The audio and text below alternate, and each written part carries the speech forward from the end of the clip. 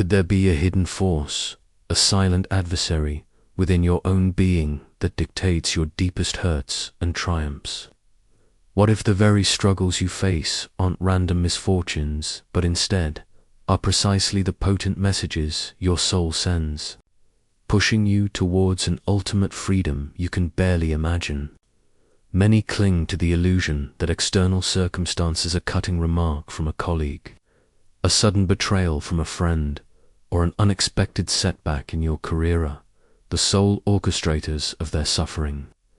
But imagine for a moment that this is not just a simplistic misinterpretation, but a profound deception, a veil over the deeper truth that the real architects of your anguish reside within the untamed territories of your own unexplored self.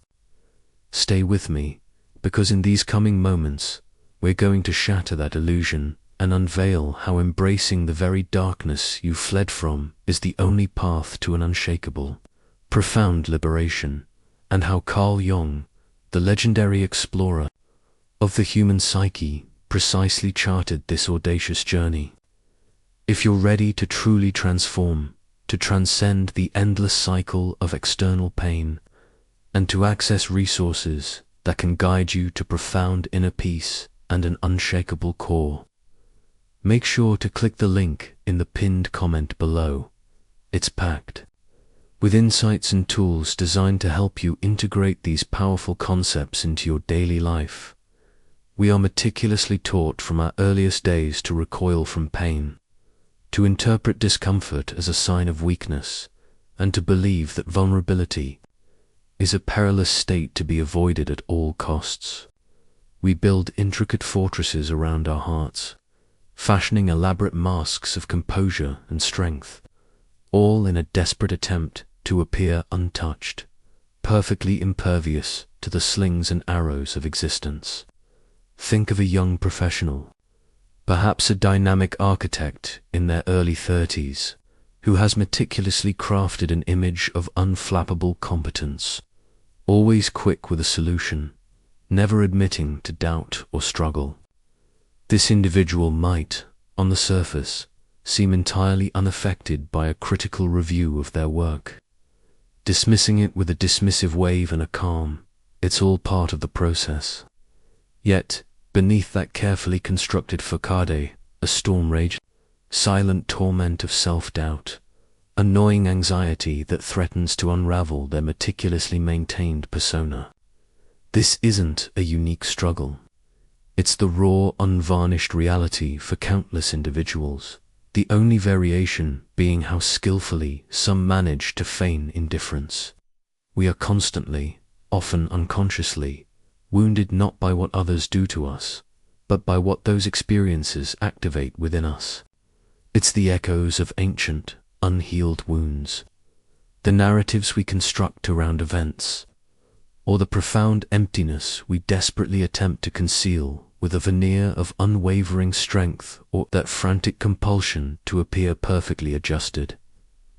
Carl Jung, with his profound understanding of the human soul, offered a revolutionary perspective. The agony we experience in response to the external world is nothing less than a precise mirror, reflecting what remains stubbornly unintegrated within our inner landscape. This is precisely why one person, perhaps a seasoned adventurer who has faced perilous expeditions and narrow escapes, can encounter a significant personal setback, say, a sudden career redirection in their mid-50s with astonishing clarity and resilience, viewing it as merely another challenge to navigate. Meanwhile, another, who has lived a comparatively sheltered existence, might crumble into despair at a slightly harsh word from a superior or a minor personal slight. It's not about the event itself.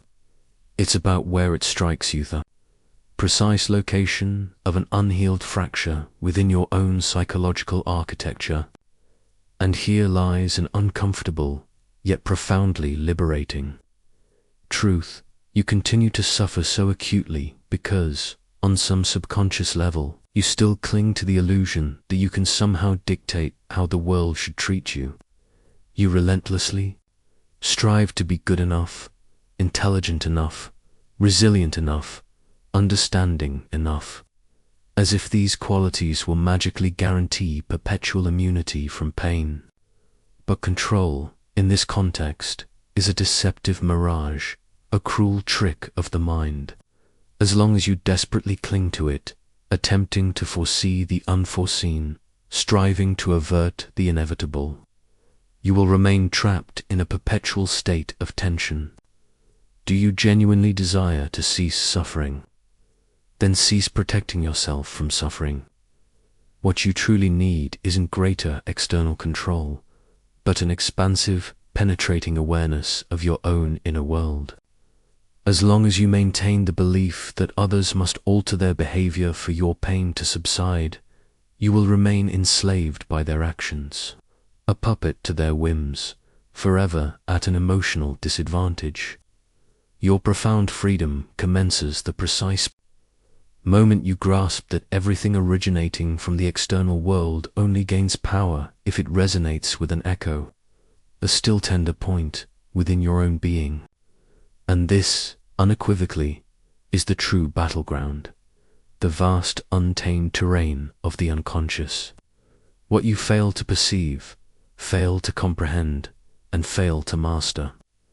Masters, you prepare to plunge one level deeper into the depths, for that is where authentic, lasting transformation genuinely begins.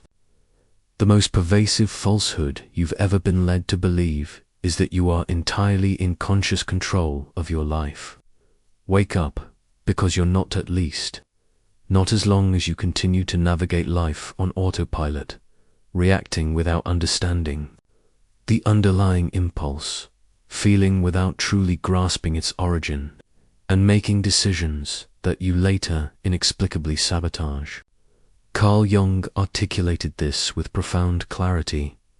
Until you make the unconscious conscious, it will direct your life and you will call it fate. And that, precisely, is what is transpiring within you right now.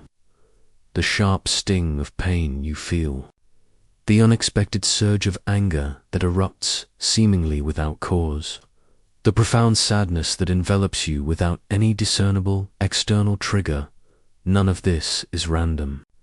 These are urgent, often desperate, messages emanating from forgotten, ignored, or repressed facets of your own self.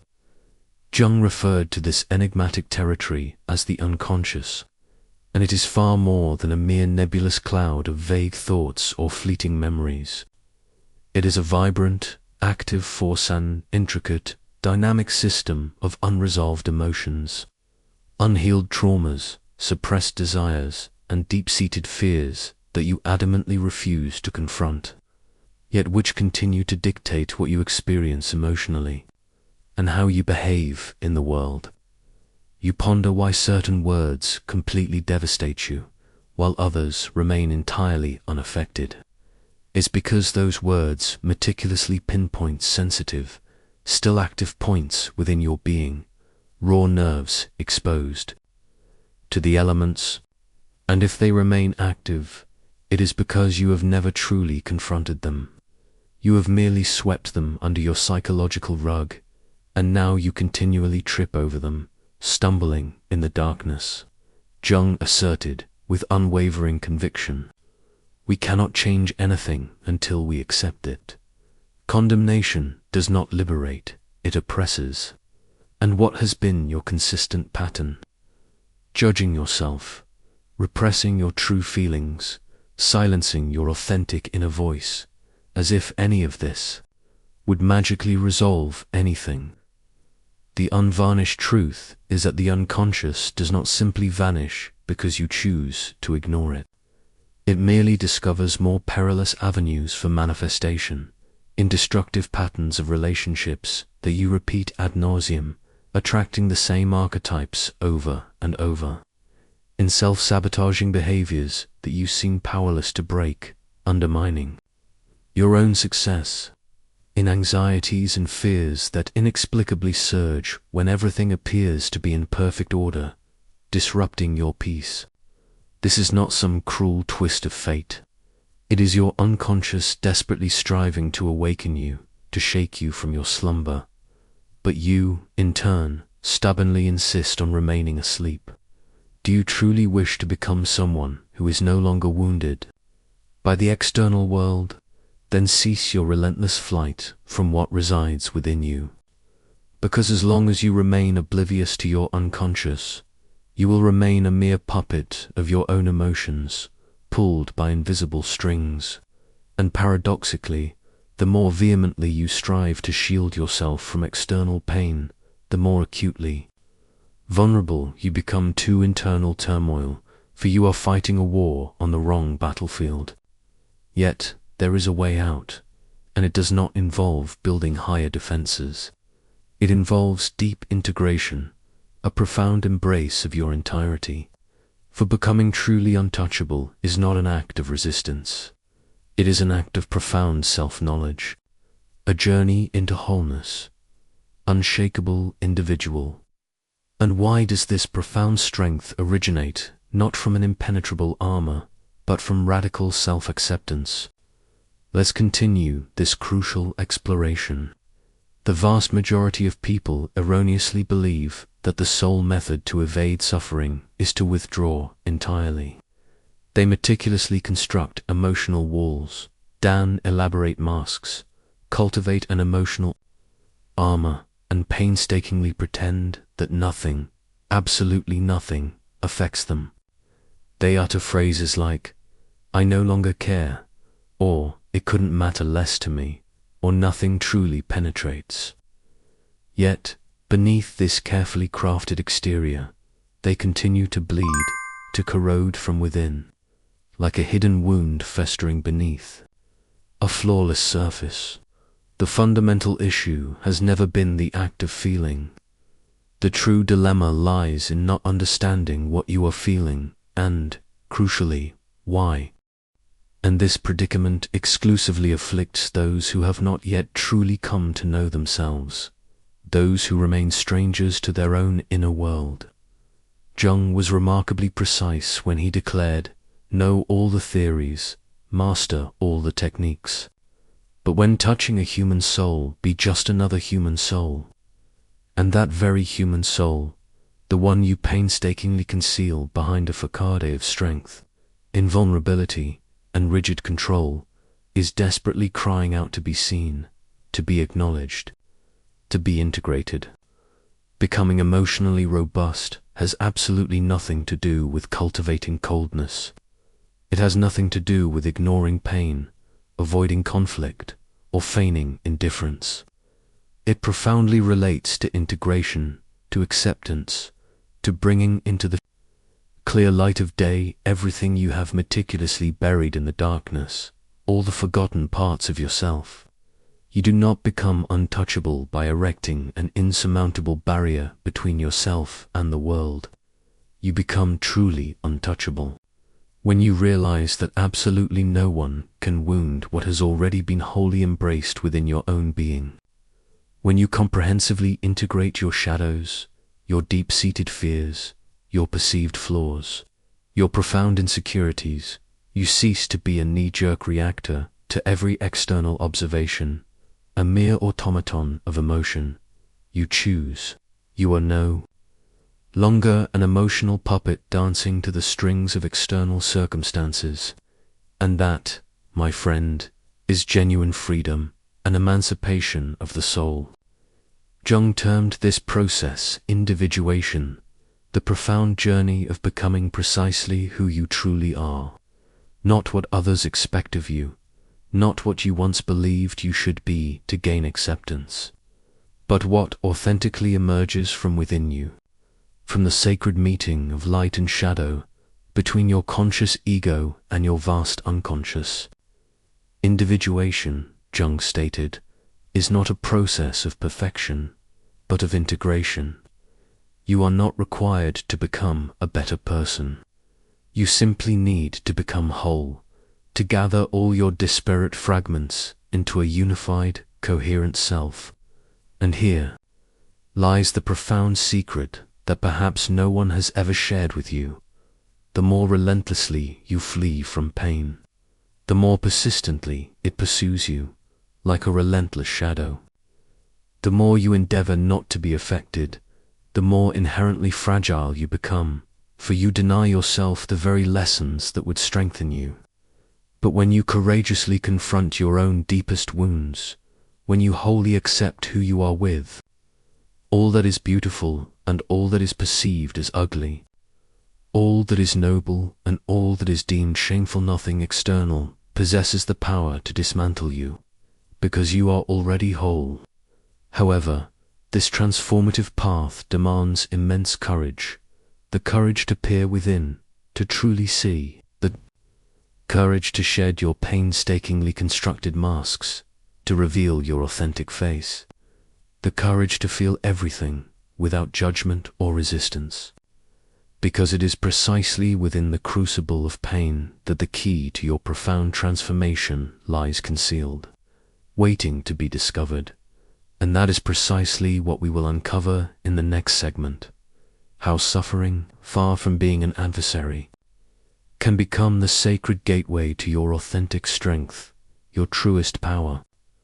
Let's dive deeper, and this time without fear. From a tender age, you were painstakingly taught to despise pain. You were indoctrinated into the belief that suffering signifies weakness, that shedding tears is a fruitless endeavor, and that feeling too intensely renders you dangerously vulnerable.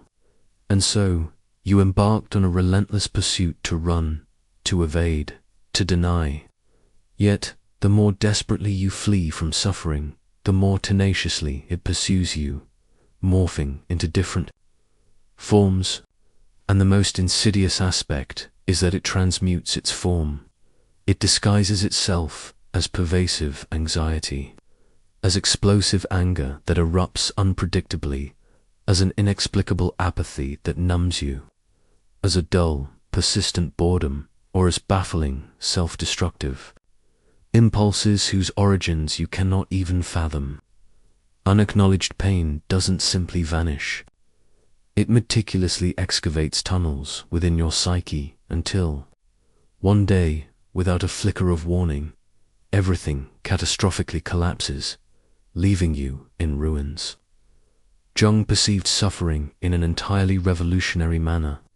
He firmly believed that pain was the very messenger of the soul, the urgent alarm of the unconscious, the profound language that the self, your true, entire being, ploys to command your attention. He famously said, "Depression is like a lady in black. If she appears, don't push her away. Invite her to sit down, offer her a coffee, and listen to what she has to say. But you don't listen. You silence yourself, distract yourself relentlessly, keep yourself perpetually busy, numb yourself with every available means, anything to avoid confronting the depths. You do everything conceivable to avoid gazing at what truly matters, at what your pain is desperately trying to reveal to you. The undeniable truth is that suffering only inflicts such profound agony because you remain locked in an internal conflict with yourself. There still exists a vital part of you yearning for growth, while another part desperately clings to maintaining the status quo, to the comfortable familiarity of the known. There is an intrinsic essence within you that cries out for profound transformation, but your ego, accustomed to its iron grip of control and its need for safety, attempts to suffocate that primal call to maintain its familiar existence. And it is within this very friction, this internal tug-of-war, that pain is born, because change is inherently painful. Growth is painful.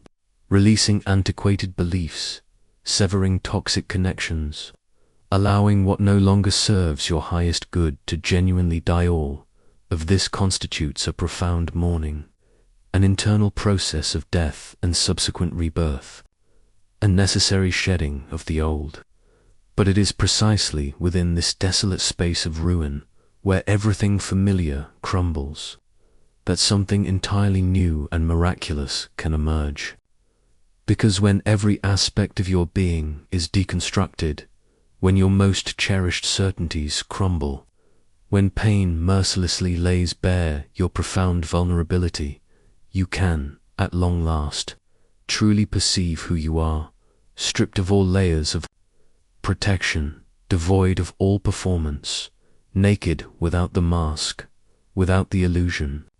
And at that precise, sacred juncture, suffering transcends its mundane definition and becomes something hallowed, something purifying, for it brings you to your knees before the only entity that can truly set you free, yourself.